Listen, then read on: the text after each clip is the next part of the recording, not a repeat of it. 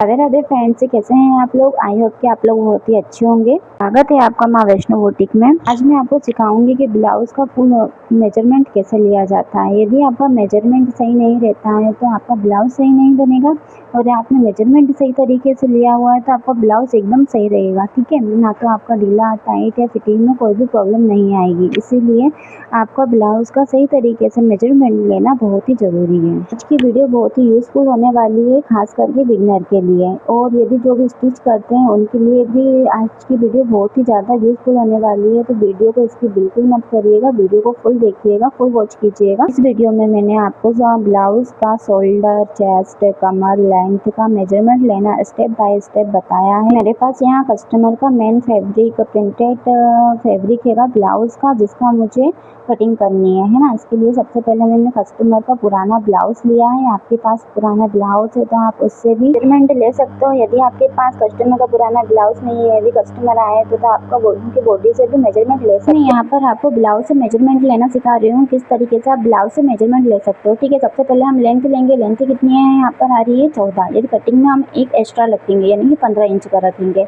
Shoulder ले रहे हैं हम यहाँ पे। शोल्डर कितना आ रहा है मेरा, 11.5। तो कटिंग में कितना रखना है, 5.5, क्योंकि फोल्ड हो गया कपड़ा होता है। ठीक है, अब चेस्ट का मेजरमेंट लेते हैं। चेस्ट कितनी आ रही है यहाँ पे, 18, यानी कि 18 अब मेरी चेस्ट आ रही है यहाँ पे। तो उसका फोल्ड करके लेंगे, कितना आएगा मेरा, 18 का आधा कितना होता है, 18 का आधा होता है 9।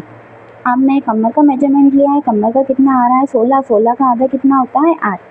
आ रहा है आपको समझ में। अब मैं यहाँ पे लेंगे हम बाजू का मेजरमेंट। बाजू कितनी है मेरे यहाँ पे, 9।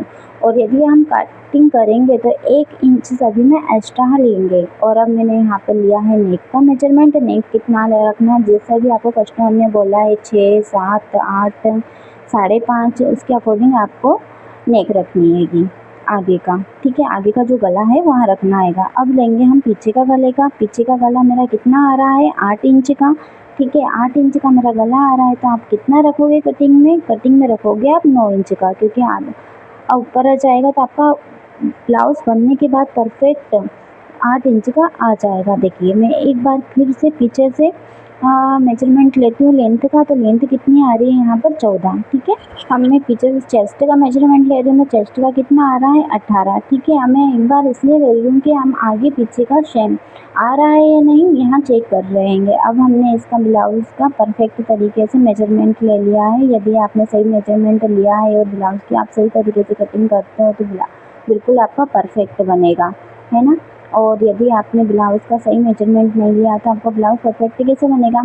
अब देखिए, मैं आपसे फिर से रिपीट कर रही हूँ किस तरीके से मैंने यहाँ पर ब्लाउज का मेजरमेंट लिया है। सेम उसी तरीके से आपका ब्लाउज का मेजरमेंट लेना है। आई होप कि आपको समझ में आ रहा होगा। यदि आपको समझ में आ रहा है तो वीडियो को एक लाइक और चैनल को सब्सक्राइब जरूर कर लीजिएगा प्लीज़। देखिए, मेरा कमर का मैंने मेजरमेंट कितना आ रहा था, 16 दिख रहा होगा आपको। 16 का आधा कितना हो जाएगा, 8, है ना। और चेस्ट का कितना आ रहा है यहाँ पे, चेस्ट का आ रहा है 19, है ना, सॉरी 18। 18 का आधा कितना हो रहा है, 9। अब मैं आपको कटिंग करके बताती हूँ। जिस तरह से हमने मेजरमेंट लिया है उस हिसाब से हम ब्लाउज की कटिंग करेंगे। ठीक है, पीछे का तो बहुत ही आसान रहता है, सभी कटिंग कर लेते हैं। मैं इसमें आगे के पार्ट की आपको कटिंग करना सिखा रही हूँ। बिल्कुल भी वीडियो को स्किप मत करिएगा। अब मैं यहाँ पर कितने साइज़ का ब्लाउज बना रही हूँ, जिस साइज़ का मैं ब्लाउज बना रही हूँ तो आर्मोल कितना आएगा मेरा इसमें, 6.5, है ना। यदि 32 साइज़ का रहता है तो इसमें कितना आता है मेरा आर्मोल, आर्मोल आता है मेरा इसमें 6 इंच का। मैं प्रिंसेस कट ब्लाउज बना रही हूँ। आगे का पार्ट यदि आप कट करते हो तो इसमें आधा इंच आपको एक्स्ट्रा छोड़ देना है बुखाई के लिए। देखिए, मैं प्रिंसेस कट ब्लाउज की देखिए किस तरीके से मार्किंग करती हूँ, बिल्कुल प्रोफेशनल तरीके से। यदि आपको ब्लाउज बनाना है तो मार्किंग भी आपको बहुत ही प्रोफेशनल तरीके से करनी होगी। देखिए, मैं किस तरीके से मार्किंग कर रही हूँ उसी तरीके से आपको मार्किंग करनी है। यदि आपको इस तरीके से मार्किंग करना नहीं आती है तो इसकी भी मैंने एक लॉन्ग वीडियो बनाई है, तो आप जाके चैनल पे आप देख सकते हो। आई होप कि आपको समझ में आ रहा होगा। यदि आपको समझ में आ रहा है और वीडियो अच्छी लग रही है तो प्लीज़ वीडियो को एक लाइक ज़रूर कर देना, चैनल को सब्सक्राइब कर लेना। मुझे बहुत ही मोटिवेशन मिलेगा, मैं आपके लिए इससे भी अच्छी अच्छी वीडियो ला सकूँगी। ठीक है, ये देखिए, और नीचे से मुझे कितना गैप रखना है, यहाँ पर गैप रखना है मेरे को यहाँ पर 2.5 इंच का, क्योंकि मुझे 38 साइज़ का बनाना है। गैप सभी में अलग अलग रहता है। ऊपर से यहाँ नीचे कितने का मार्किंग हुआ है, 5 का, तो 5 का हाफ कितना होता है, 2.5 पे मुझे मार्किंग कर देना है, यानी कि हाफ पे मार्किंग करना है। फिर मुझे यहाँ इस तरीके से शेप दे देना है। शेप दिख रहा होगा किस तरीके से मैं यहाँ पर शेप दे रही हूँ, उसी तरीके से आपको शेप देना है। आर्म होल में आपको आधा इंच का गैप रखना है। आधा इंच का गैप क्यों रखना है आपको, क्योंकि आर्म होल में जो झोल आता है, यहाँ गैप रखने से आपका झोल नहीं आएगा। ठीक है, अब आधा इंच का आपको यहाँ पर गैप रख रहे हैं। ठीक है, तो आर्म होल भी नीचे से क्या आधा इंच बढ़ जाता है ना। अब इस तरीके से मैंने यहाँ प्रिंसेस के ब्लाउज की कटिंग कर दी हैगी। आप यदि मैं समझा रही हूँ इस तरीके से आप ब्लाउज़ की कटिंग करते हो और मेजरमेंट लेते हैं, तो आपका ब्लाउज़ कभी भी बिगड़ेगा नहीं, एकदम सही बनेगा। आपके जो कस्टमर आ रहे हैं उसकी बॉडी से बिल्कुल सही रहेगा। ठीक है, यदि आपने इस तरीके से ब्लाउज़ का मेजरमेंट लेके कटिंग करी है तो आपका ब्लाउज़ एकदम सही रहेगा, जिसमें ढीला भी नहीं पड़ेगा, टाइट भी नहीं होगा और आपकी फिटिंग भी एकदम परफेक्ट आएगी।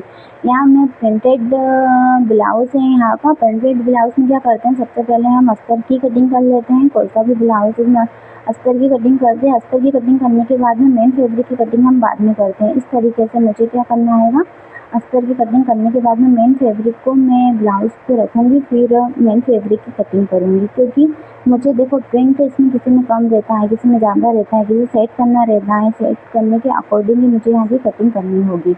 आप देख सकते हो अस्तर से प्रिंटेड क्या हो रहा है, बाहर हो रहा है। अब मैं इसको स्टिचिंग करूँगी तो मुझे इसको मैं सही तरीके से रख के मुझे इसको स्टिचिंग करनी होगी। यदि आपके पास भी प्रिंटेड फैब्रिक है और आपको कट करना है, तो सबसे पहले आप अस्तर की कटिंग करना, फिर उसके बाद प्रिंटेड फैब्रिक के ऊपर अस्तर को इस तरह से सेट करने के बाद ही आप कटिंग करना। ठीक है, यदि आप इस तरीके से आप कटिंग करोगे तो आपके ब्लाउज़ की कटिंग बिल्कुल ही सही होगी। और मेन क्या रहता है, जो घर पर कटिंग करते हैं और बुटीक में कटिंग करते हैं, उसमें यही डिफरेंट रहता है कि हम एक एक चीज़ को सेट करके चलते हैं।